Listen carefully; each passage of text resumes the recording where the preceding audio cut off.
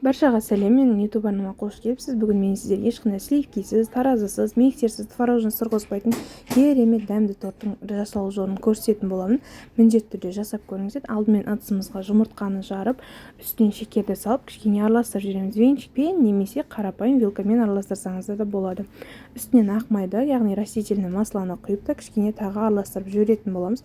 Көп араластырудың қажеті жоқ. Кейіннен бір бокалдағы айранға осындай соданы салып араластыратын боламыз. Сәл араластырғаннан кейін сода әдемі болып көтеріледі. Өзі қарап тұрсаңыздар, қазір көресіздер. Көріп тұрғандарыңыздай 1-2 минуттың ішінде айранды сода әдемі қылып көпіршітіп ісіріп шығарады.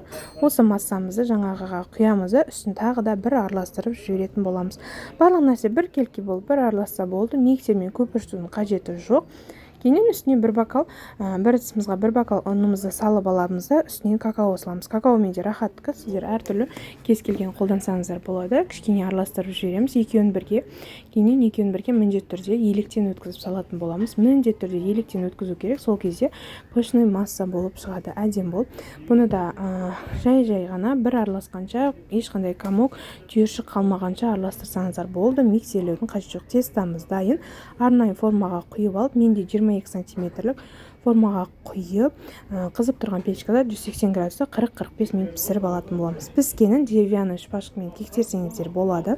Суығаннан кейін коржиктерді дәл осылай 3 бөлікке бөліп крем жасаймыз. Крем бұл жерде кәдімгі бөлме температурасында тұрған қаймақпен бөлме температурасында тұрған вареный сгущенканы сәл бір-біріне араласқанша араластырып жібереміз.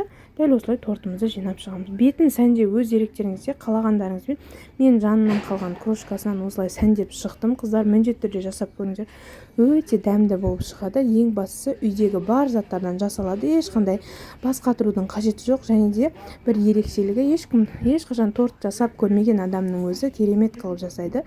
Менің арнама жазылмаған болсаңыз, міндетті түрде жазылып алыңыздар. Қыздар, менің арнамда өте қызықты рецептер өте көп болады.